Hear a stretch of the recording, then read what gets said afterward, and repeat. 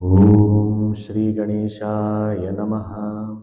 Om Shri Saraswatyai Namaha. Om Shri Gurubhyo Namaha. Om Samasta Jana Kalyane Niratam Karunamayam Namami Chinmayam Devam Sadgurum Brahma Vidvaram. Om Mukam Karoti Vachalam Pangum Langhayate Girim Yatkripātamaham Vande Paramanandamadhavam. Om Parthaya Pratibodhitam Bhagavata Narayanena Swayam Vyasena Grathitam Purana Munina Madhye Mahabharatam Advaitamritavarshiniim Bhagavatim Ashtadashaധ്യായിനീം Amba Twam Anusandadhami Bhagavad Gita Bhavatveshini.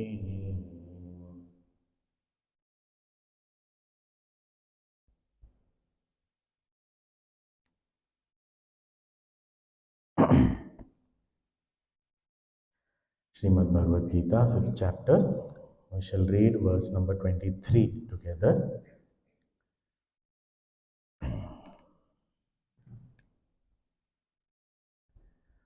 Shaknoti haiva yas sodhum prakshārīra vimokshanāt kama krodhodbhavam vegam sayuktas sasukhi naraha. Bhagavan said, the one who is performing karma yoga, such a person moves ahead, attains that maturity of karma sannyasa, all the actions drop off, and he attains that highest state, the supreme vision of knowledge. Such a person also realizes that any happiness that is experienced because of or as a result of the contact between the senses and its objects is actually a packaged form of a womb of sorrow, and it is limited in time and space, and therefore a wise person does not indulge in them. Nateshu ramate buddha. So, here Bhagavan in this verse, 23rd verse, also said that one who is able to withstand the force of these desire, anger, etc., such a person only is considered to be a one who has gained that knowledge or even is fit to gain that knowledge. Such a person only is happy, and such a person only is fit to be called as human being also. So yuktas sasukhi naraha, like that Bhagavan said. Here, couple of points. Yaha kamakrodhodbhavam vegam sodhum shaknoti. The one who is able to withstand. What does it mean by withstand or forbear this force of desire, anger, etc.? So, withstand means the one who is not perturbed and is able to maintain the focus and enthusiasm to walk the path and reach the goal. I don't get disturbed, I am not perturbed, okay, but then I am not even able to continue on the path, walk the path, then it is as good as disturbed only.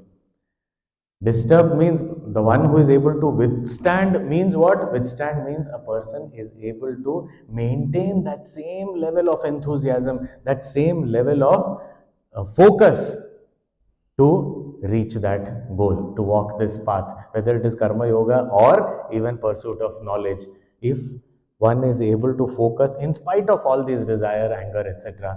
That is what is more important. For a seeker like us, for us, it may not be possible to never get disturbed, but at least we can bounce back sooner.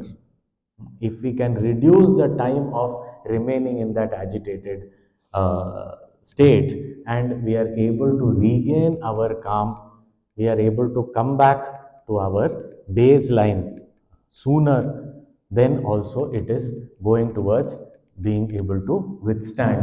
And slowly, this such practice will ensure that at some point we will not get disturbed at all. But initially, we have to try and reduce the time we remain disturbed because of desire, anger, etc. And it is said, Praksharira Vimokshanat, living here in this world. It also means that living here in this world means till the last moment, till we are alive. Shankaracharya says, Amaranam. Till we are alive, last breath, we have to be alert and not get blown away by this storm of passion and anger. Because we may feel we have conquered, but when it comes, it just blows us away. There are so many stories in the scriptures also. In Tulsi Ramayana, there is this one prasanga, one incident where Naradji, once he was lost in samadhi, in meditation, and at that time Indra got scared and he sent Kamadeva, the god of desire, to disturb his meditation. Kamadeva tried all that he could, nothing happened. Lord Shiva, when Kamadeva tried, Lord Shiva opened his third eye and destroyed him. But here, Naradji, he did not he did not get perturbed by any desire, but he did not even get angry. So no desire, no one over Kama and Krodha. Shivji, we say that he won over desire, but then he opened his third eye and reduced him to ashes. Means he did not win over anger, whereas Naradji won over both, Kama, Krodha, both. So because his mind was in the Lord, he did not get affected by any of this. But afterwards, that whole prasanga is very detailed and beautiful. Lot of humor also is there, and lot of devotion also is there. So Naradji ends up getting affected by both desire and anger. Out of desire, he goes and he wants to marry. And then when he could not marry, and then he cursed Bhagwan also out of anger. So both desire and anger, we may feel we have won over it. We may tell people also, desire can't touch me, anger can't. Praksharira Vimokshanat also means that we have to be alert till the last breath, because we don't know when that desire will come. Even in Bhagavad, there is the story of a king named Bharata. He had left his kingdom and handed over to his son, and as a renunciate went to the forest and started doing tapas. Out of the blue, after years of tapas, he was almost there, about to get it. And there he saw a little baby deer, a fawn. He was in love with that. And then he would always think about it. He was so much overcome with that attachment. Gone. The last moments of his life, he started thinking, where is that fawn? Whether it will be safe without me. Now I have to go. What will this do? Constantly thinking about the fawn, he went. And next birth, he was born as a deer. And then the third birth, because of all his tapasya, he remembered all that. the third birth, he was as a realized master. He attained the final. But the point is, the attachment, this desire, this anger, greed, jealousy, when it will come in what form, how it will begin, it may seem to be something very just, it may seem to be very important, it may seem to be sometimes essential. I have to get angry. This is my duty. Like that, I will feel and destroyed. So here he's saying Prahakshadiro Moksha, complete full life till the end. So we can't take our mind for granted. We can't say that I have won over all this. It is not so. Puja Guruji, he sometimes would watch long ago, nowadays not so, but long ago he used to watch cricket matches. So we've all sat, he will watch cricket match, we will watch Guruji. So we'll be sitting and watching. So when after every over or after some few overs, there'll be commercial breaks. Guruji will turn off the TV. The remote will be there. He'll turn it off and sit chit chat for some time. And then after some time, he'll turn it on exactly at the time when the next over will begin.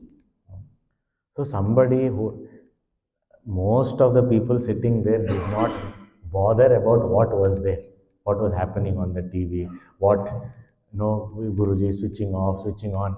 Nobody was really concerned about what was happening.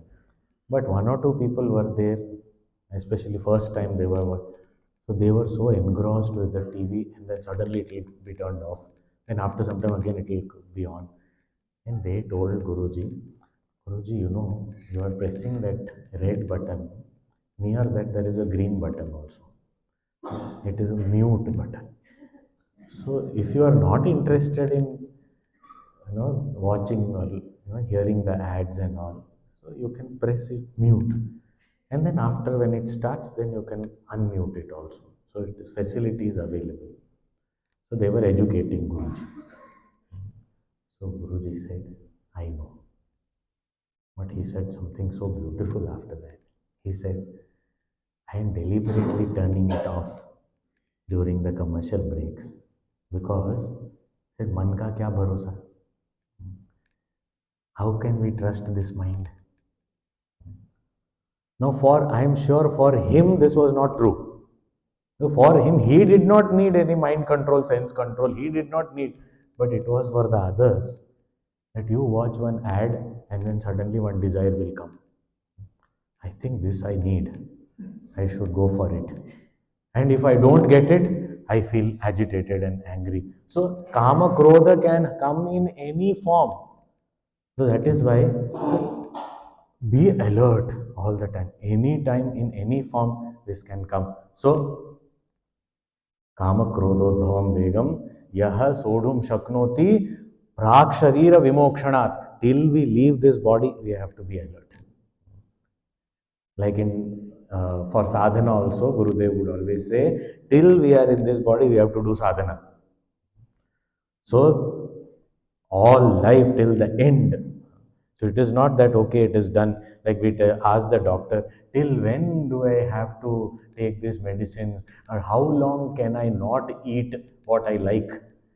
Because doctors essentially say you should not eat what you like. So, how long should I follow this? When can I start eating normal?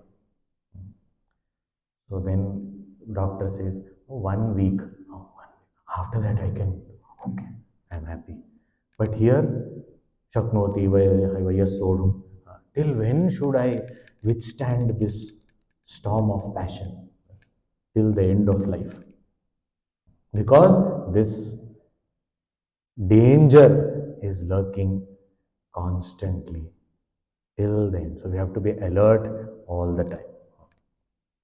Such a person who is alert all the time, such a person, he is called liberated. And the liberated person will be alert all the time, and one who is alert is entitled to that liberation. But if I control, then where is the joy? Where is happiness? All the time control, control, control, control. There is no happiness. Said the happiness is there, but not from the objects. Then how is it? So in the next verse he is saying, Yontas sukhontararamah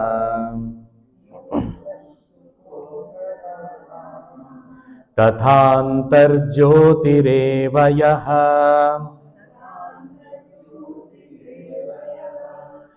स योगी ब्रह्मनिर्वाणम् ब्रह्मभूतोऽधिगच्छति.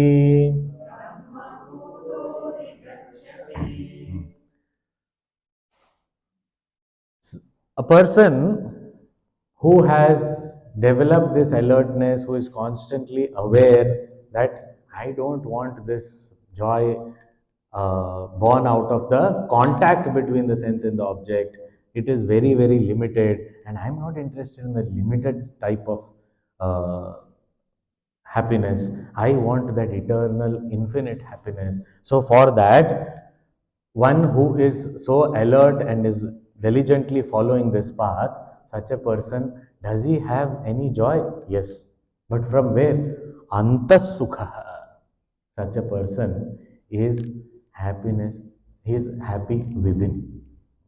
He is not looking for anything outside. He is not waiting for something to happen to be happy. He is happy from within. He is fulfilled. He doesn't need a particular type of situation or event to happen so that he becomes happy. He doesn't need an outcome of an action to make him happy. We saw samsparshajaha bhogaha. How many factors have to be fulfilled? Only then one gets happiness. If that any of the factors are unfulfilled, happiness is not available. Here, this person, he is not dependent on anything else. This is what Puja Gurudev means when he says, don't put the key to your happiness in someone else's pocket. So, depending on others, it is scripture says, Sarvam Paravasham Dukkham. If we are dependent on anyone, we are in for sorrow. So that is why if I am self-reliant, so I rely on myself only for happiness. Because what is the ultimate source of happiness? That infinite eternal happiness. How can I get? That is me. Antas sukha. I am constantly experiencing that. So because I have kind of disidentified myself from all the other layers of my personality. I have realized my true self and anta sukha. Inward, I am happy. So I am not looking for happiness, I am looking out of happiness. I am not searching for happiness, I am working out of fulfillment.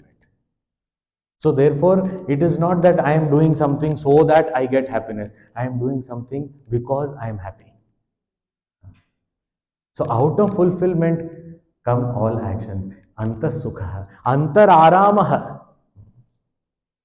He says Anta Sukha, then Bhagavan feels not very happy with that expression. He says Antar Aramaha. Because sometime after, let us say, after we have had a nice sumptuous meal, then Anta Sukha, inside full.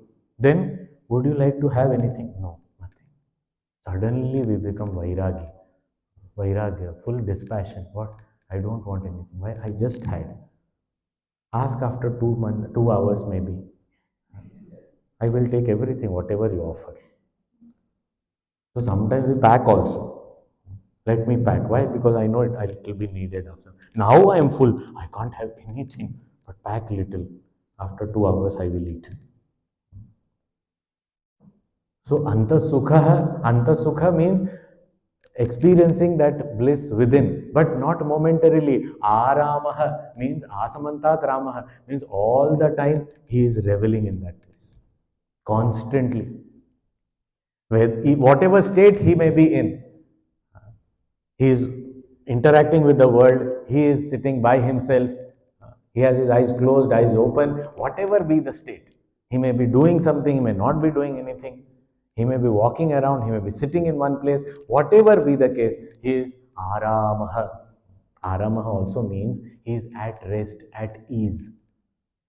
Where? Antaha. Antaha aramaha. He is at ease within himself.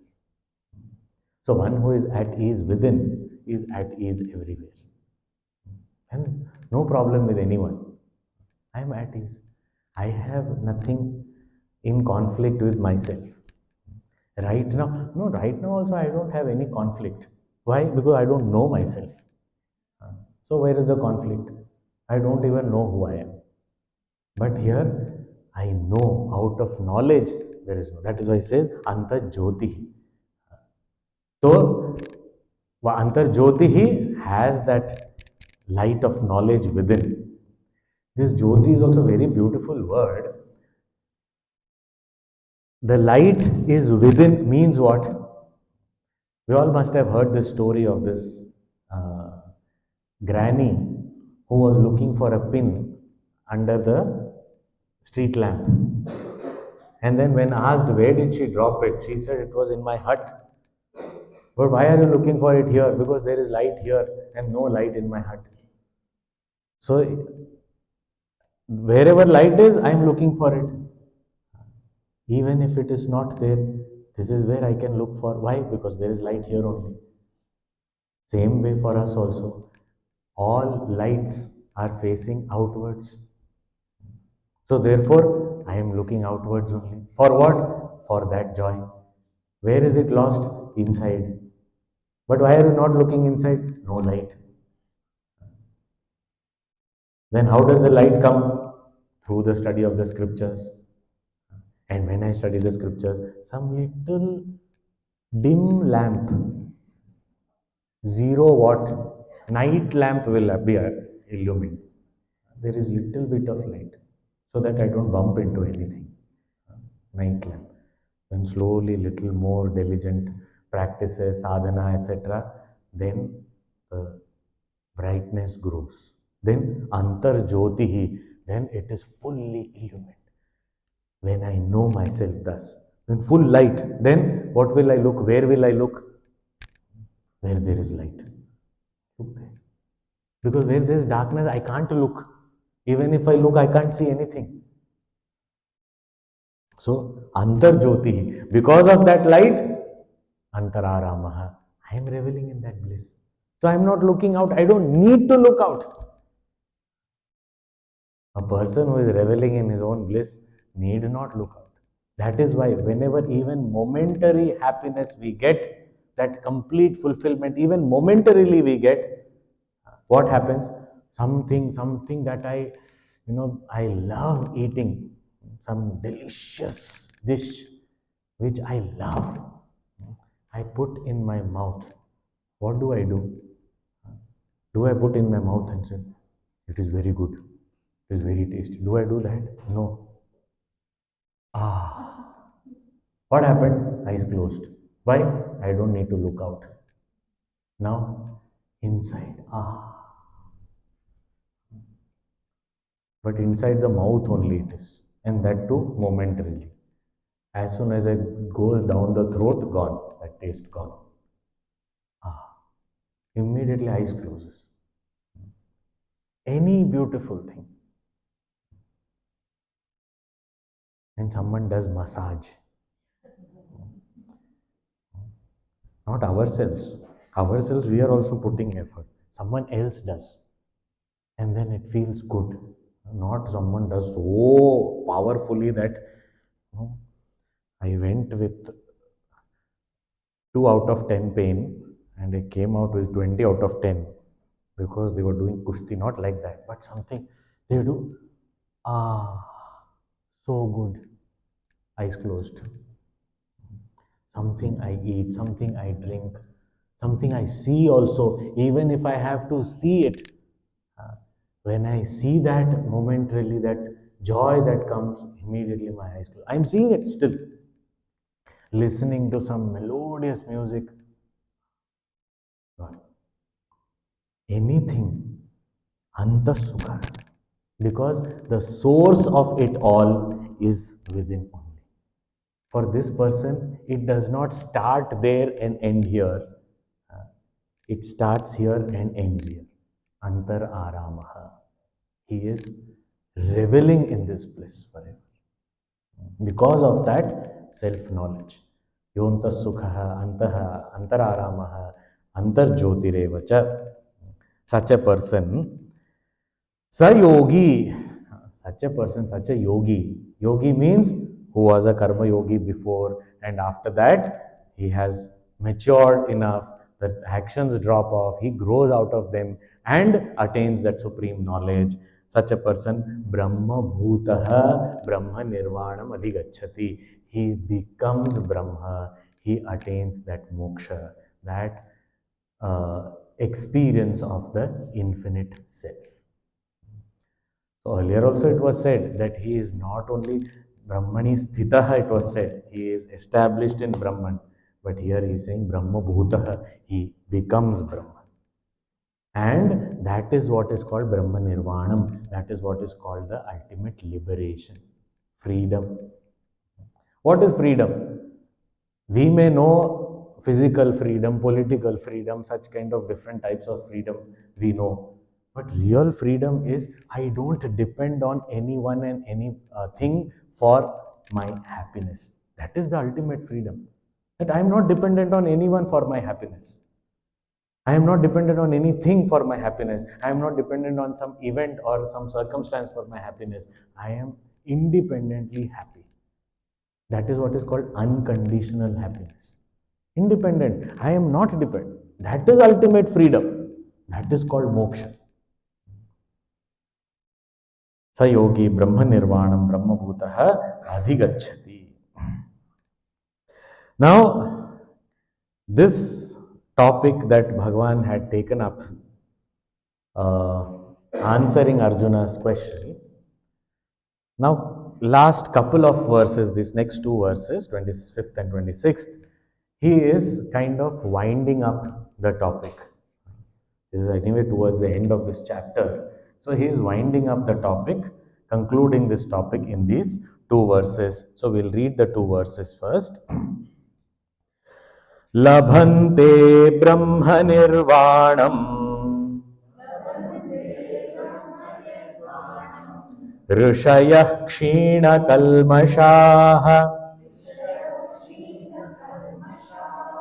छिन्नद्वैधायतात्मानः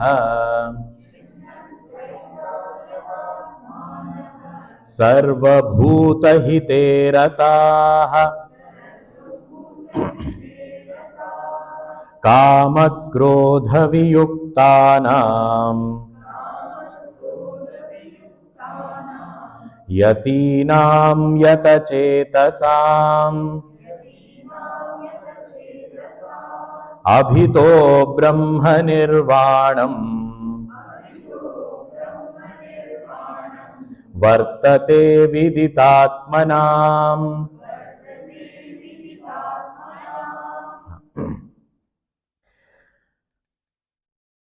Such a person, how does he attain this moksha? How does he attain liberation or ultimate freedom? In conveying that, Bhagavan is also giving us guideline as to how we can attain that also. Such a person is naturally attaining that or has attained that. But for me, these are the various pointers, these are the various qualities that I need to have in me in order to attain that supreme vision. What is this? So he is saying, 25th verse, Labante Brahma Nirvanam. Such people attain this Brahma Nirvanam, this ultimate liberation through the knowledge of Brahman. Who? So there are various words which are indicators for us. First word, Rishayah. Such a person should be a rishi. Like everyone, yes. So if you're not rishi, you can't be, no. And I am not a rishi. Who is rishi? A rishi means, you should be having some ochre robes and then having long beard and some matted locks of hair and then sitting under a tree, having this big, big Rudrakshamala. So that is sitting in meditation for hours together. I am not this. Rishi does not mean this physical appearance. Although this is how it has the image or the picture has been portrayed, because many rishis were like that to look at. But this is not the definition of a rishi. Rishi, Puja Gurudev used to say, are subjective scientists. One who is exploring the inner world is called a rishi. Extremely adventurous, extremely focused with a subtle intellect, trying to unearth or discover the truth of the within, means truth of oneself. The one who is able to walk this inward path is called a rishi. Rishaya, the ability to discriminate, the ability to have that exploration within, antaryatra, such a person is a rishi. So, are we also such thinkers? Are we able to discriminate and think clear? Such a thinker, a subtle thinker, is called a rishi, who can discriminate between what is permanent, what is ephemeral, what is me, what is mine. Both are different. So, what is the self, what is the not self? So, to be able to discriminate these subtler aspects, grosser aspects, everyone is able to do. Such a person need not be called as rishi. Even an animal does basic discrimination, edible, non-edible. This discrimination animal also does. Safe, unsafe. An animal also does that much of discrimination. But here it is about getting, I want joy. What kind of joy? Which brand? We are brand conscious in so many things. But are we brand conscious about the happiness that we want? There is a brand of happiness that all of us are looking for, but we don't even know. It is called ICE brand. I means infinite, C means constant, and E means eternal. So what I want is ICE brand happiness. But I don't insist on it. I bring some duplicate happiness and I'm happy. This is duplicate, cheaper version. Why cheaper version? It can be available in a cup of tea also. But it will not be ice. No, I had iced tea. Even then it will not be available. Because it will be momentary and that too it will not be complete. So this infinite, continuous, eternal happiness is what I want. But am I getting this through these activities? To be able to think like that is thinking like a rishi. And rishi also means the one who progresses, who is consistent in their effort and progressing on the path is called a rishi.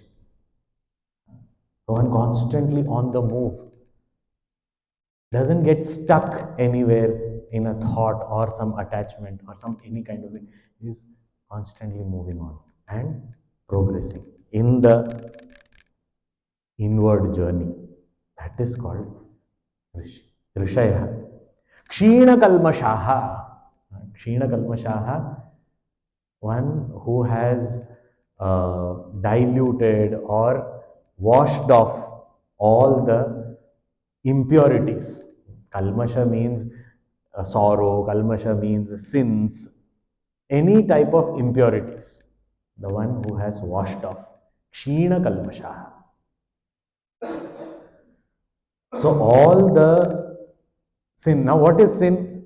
Sin is anything that leads us to sorrow, anything that leads us away from ourself is called sin. In the language of devotion, sin is that which takes me away from the Lord. And in the language of Vedanta, or in the language of knowledge, sin is that which disconnects me from my own self. That is sin. So there are so many actions, there are so many patterns of thought, there are so many habits. All these are keeping me away from myself, preventing me from meeting myself. These are all sins. It could be so called in the worldly sense, in the social view, it may be something noble also. But if it is taking me away or keeping me away from myself, it is, as far as knowledge, this Vedanta is concerned, it is a sin. So if I do something very, very praiseworthy and everyone praises me and I start thinking that yes, I am the doer of this action, which means I don't know my real nature. I consider myself to be a limited doer of an action. That is also sin. From this standpoint, complete freedom from doership is what is needed here. So, Kshina Kalmashaha, people who are able to dilute the doership. How can we dilute the doership? That is why Karma Yoga was talked about. That how do I dilute the doership? I have full doership. I am only doing, I am doing that state of ignorance, and I have to go for that state where I am not the doer, complete karma sannyasa. These two, what is the bridge between Karma Yoga? Where I am an instrument. I am a medium. I am doing it for the greater good, for the Lord. That way, if I can offer my action, that is a bridge to take me towards this. So that is why Kshina Kalmashaha. So through these kind of sadhanas, reducing this burden of sin in me. So all these different Bahiranga sadhanas help me in doing that. Chinnadvaidha. Chinnadvaidha means free from all doubts.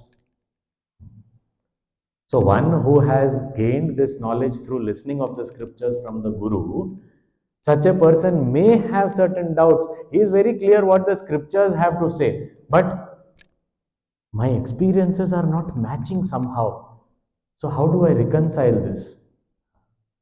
So through reflection, through logical thought process, it could be through discussion with my fellow students, or it could be through independent reflection. This mananam keeps me clear from all the doubts. All doubts are clarified through this process of mananam. Chinnadvaidaha, doubtless in their knowledge. Yatatmanaha. Yatatmanaha means the ones who have their mind under control. Yatatmanaha. So if we look at the qualifications of a student in the Vedanta, it is said that we should have fourfold qualification. So it is a Viveka, it is a Rishayaha. This Rishi means the one who thinks, a thinker. Clarity of thought is required. Kshina Kalmashaha, purity of mind. Through Karma Yoga, etc., purity of mind. And Yatatmanaha, control over the mind. So that is Shama, Dhamma, Uparati, etc. Kshina Kalmashaha also indicates Vairagya, detachment. And Chinnadvaidaha, no doubts whatsoever. I am very clear as to what I want. Mumukshuta. So, Viveka, Vairagya, Samadhi, Sampatti, Mumukshutvam, all this is indicated here. And also one more word, adjective is given for such people. Sarvabhuta hite rataha. Those people who are ever engaged in the well-being of all beings. Sarvabhuta hite rataha. Such people, Brahma Nirvanam Labhante, they get this moksha effortlessly. Means the ones who have got this moksha, they are like this. So for them, if it is natural, for us, it is our sadhana. We need to put in effort to have these things in our life. So Sarva Bhuta Hite Rataha. The Sarva Bhuta Hite Rataha can be taken as seva, that I am constantly engaged in the welfare of others, or Sarvabhuta Hita, who is the friend of every being. There is a very beautiful story in Bhagavatam where uh, it is indicated that there were two friends and they got separated at some point, and this friend got attached to so many things and all, and due to the attachment he was, you know, again and again indulging in so many pleasures, and then the results of those actions, and again cycle continued. After many years, he was, all his things that he was involved with, he was indulging in, he was engaged with, all those things suddenly got destroyed. Wealth, relations, everything got destroyed, and he was left all alone, and he was crying and weeping, wailing, calling out for help. Is there nobody to help me? What is this? I am left all alone, all my pleasures have gone, everything has gone. And then suddenly he heard a voice from behind. You only left me and went away. I have always been with you. Have you ever paid attention? So, who is this? Who are you? I am your friend. Your friend? What is your name? In Bhagavad it is said his name is Avijñāta. Avijñāta means unknown. Unknown friend. A friend who has never left. But we have never acknowledged his presence. Who is that? It is said that is the self, Atman.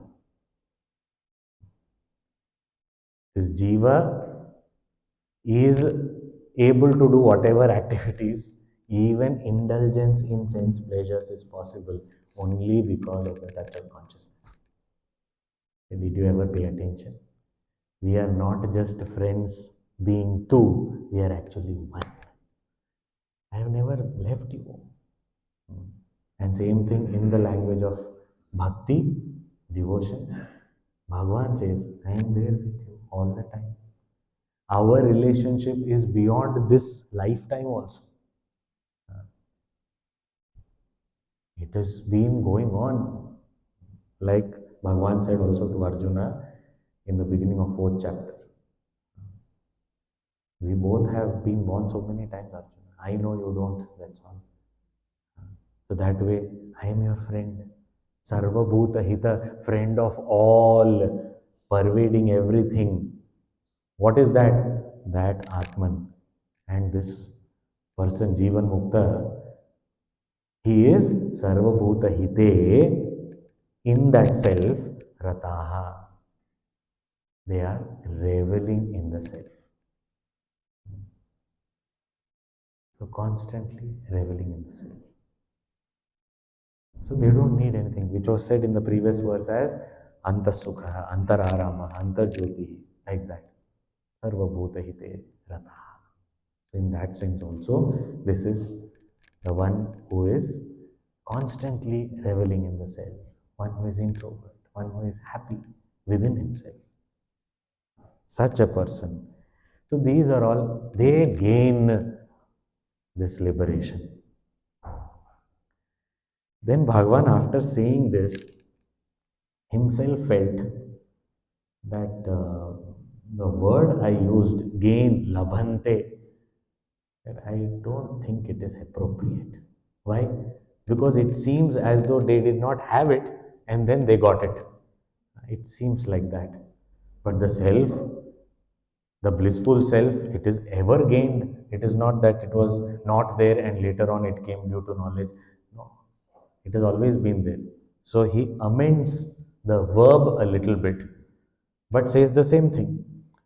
But some more words are added for us to get guideline as to how to walk this path, how to attain this. He says, Kama Krodha Viyuktanam Yatinam Yata Chetasam Abhito Brahma Nirvanam Vartate Viditatmana. Previous verse, the verb was labhante. Here, in this verse, it is vartate. Labhante means they get, to get. And vartate means it is, to be. So, Viditatmanam, one who knows his own self, his real nature, such a person, Brahma Nirvanam Vartate. For such a person, this liberation is always there. And once that liberation is attained, then we understand it has always been there. For example, once when we had gone for a picnic, and picnic there are only two essentials. One is something to spread on the ground, and other second is to eat. So you spread things, sit down, eat, picnic. This is picnic. If those two are not there, it is not called picnic. So once we had gone on a picnic. It was a very beautiful place, and sat down, started, opened all the boxes and started eating. Suddenly it started pouring. Did not seem that it will rain. Suddenly, heavy rains.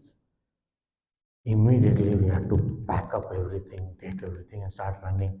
And it was open ground. Nothing, no shade or anything, protection, no shelter, nothing. Started running and in that hurry, the cars were parked in one direction and we started running in the other direction. As fast as we could, because it was raining. We were not prepared, no umbrellas and all were in the car. We ran, and after reaching some distance, we realized that it is on the other side.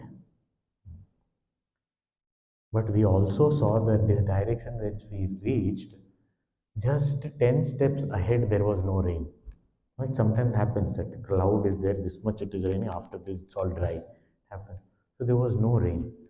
So we said it is better to go there rather than running that side. So we went there and we found that it was not raining, but the ground was full of that, what do you call, a quagmire. So where you go and you start going down. So we started going down, and we had watched movies that you should not struggle too much, otherwise it will go faster. But without struggling, also we were easily going very fast inside because heavy. So what to do? And in movies and all, we'll get something will come from up, and then you hold on. Here, nothing, holding on in our hand only. So now what to do? And one thing is, for the picnic, we had prepared for long and we were hungry also. Food is there, and we are in no rain zone, but still we can't eat. It was such a painful experience, and we were looking at each other. Who will help us? All of us are going down, slowly going down, down, down, down. At one point, it came up to the neck. And we were like, now, if it goes down a little bit, gone. This is the end. So we could not, we said, now we should not speak also. Maybe we should not breathe also. And we were feeling so scared at that time. Suddenly, woke up. And thank God, it was after all a dream. Woke up. After waking up, we found, there was I only, there was no we. I woke up and found there is no picnic, no rain. I am in my safe bedroom, comfortably sleeping. There is no threat, nothing at all, no hunger. because full dinner I had. Sleeping nicely. No hunger, no fear, nothing. But for some time I felt that. Now, when I felt that for some time, is it that that time all that was there and now I became free of it? When I woke up, I realized I was always free of that. I never got wet. I never drowned. I was never hungry. I never went for a picnic. I never did any of these things. I never experienced any of that. I was always in the safe zone of my own home. But when do I get to know that? After waking up.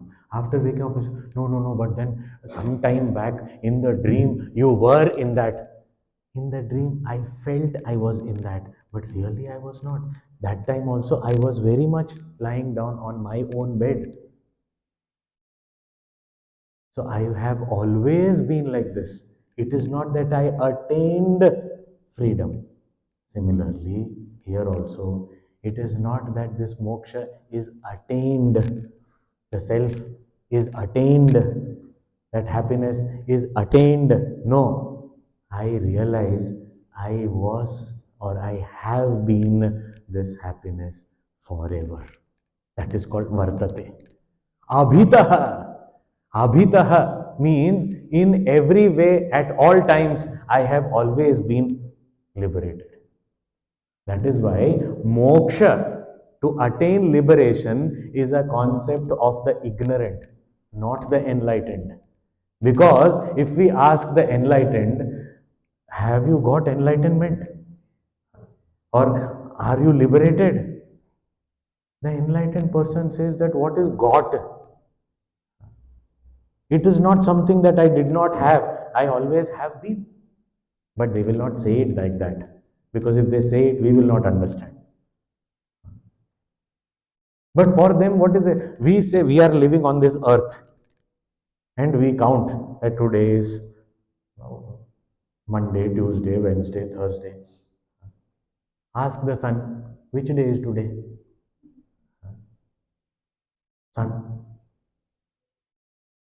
Sun says, what day? No, every day there is new. Every day means what? So after night, says, what is night?